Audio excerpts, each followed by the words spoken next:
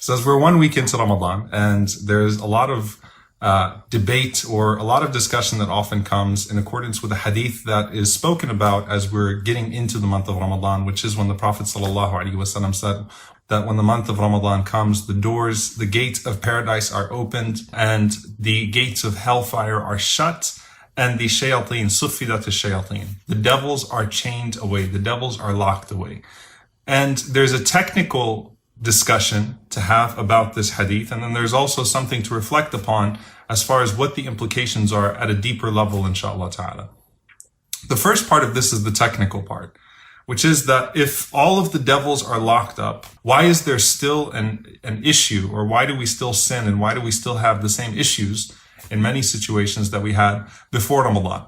The second technical part of this is, are all of the shayateen locked away, or are some of them locked away? And so there's a hadith of the Prophet ﷺ, another narration of Tirmidhi, where the Prophet ﷺ mentioned that maradat shayateen, that the big devils, meaning in the hierarchy of shayateen, in the hierarchy of devils, there are those that command the smaller shayateen, the smaller devils, to go out and to attack the people. And it is the big shayateen that are locked away. And the small shayateen, including the qareen, including the one who whispers to every one of us individually, those are still there. So the big shayateen are locked away, the small ones are still there. And some of the scholars said, in fact, all of them are locked away, right? But again, that hadith of the Prophet ﷺ seems to indicate that it's only a set of devils that are locked away, a set of shayateen that are locked away. What are the implications of this hadith, though, for us? And how do we actually keep our shayateen locked away, our devils locked away, for good, not just in the month of Ramadan, but after the month of Ramadan? The first thing that we should reflect upon is where Allah subhanahu wa ta'ala tells us in the Quran, الَّذِي يُوَسْوِسُ فِي صُدُورِ النَّاسِ, that the only thing that the devils can do is they can whisper. They put ideas, they tempt, they try to cause us to not just disobey Allah subhanahu wa ta'ala, but to be distracted from doing the good deeds of obedience to Allah subhanahu wa ta'ala.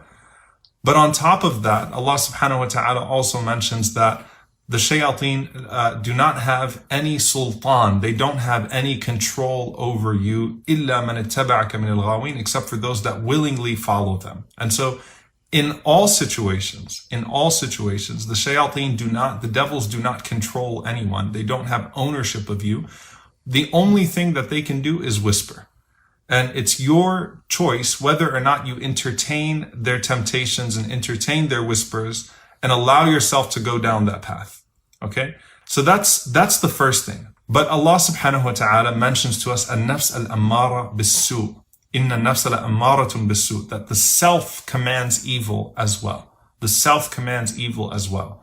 Ibn al-Qayyim rahimahullah, he mentioned this, or he gave this example of a factory that is processing wheat. And he said that the only time that the shaitan finds an opening to be able to plant some of those seeds and plant some of those desires and those temptations and those whispers is when the shaitan finds a void, when the devil finds a void within you. And this is really important here, because when the Prophet ﷺ talked about dhikr, when he talks about remembrance as a fortress that the devil cannot penetrate, you know, one part of that, one aspect of that, the obvious implication of that is that dhikr, is that remembrance repels the shayateen away from you. But the other part of that is that if a person is busy with the remembrance of Allah, how are they going to be tempted by the whispers of shaitan? Right? The person is too occupied with something beneficial to be tempted to something that is so vain, so lowly, and calls them to something of no purpose. And so there's a connection between the remembrance of Allah subhanahu wa ta'ala and the whispers of shaitan. And if you are busy with good, shaitan cannot busy you with evil. And some of the scholars said that this is what Allah is, or what the Prophet of Allah is referring to in the hadith, where he says, Sufidat shayateen, that the devils are minimized in their influence. Why? Think about it. Dhikr, remembrance of Allah, and the Quran is the greatest dhikr. The Quran is referred to as al-dhikr. It is the greatest remembrance. The remembrance of Allah sends the devils fleeing from your home. And right now people are trying to finish their khatmas of Quran. The masajid on an ordinary basis would be full of the imams, the hufaz that are reciting the Quran out loud for a very long time. The adhan is lively in the masjid. The amount of recitation of the Quran. Where's the shaytan going to find room in anyone's house right now if the people are engaged in the recitation of the Quran? And so, if the guilt of Ramadan or the weight of the virtue of Ramadan, as is the case for many people, that, I'm not going to do this right now because it's Ramadan. Even though it should be, I'm not going to do this because it's Allah, right? But I'm not going to do this because it's Ramadan. Shaitan's, hopeless that, okay, well, I can't sway this person this way because they've already decided I'm not going to do this. I'm not going to listen to this. I'm not going to look at this. They've already decided that while they're fasting, they're not going to do these things. So they have no room to penetrate there.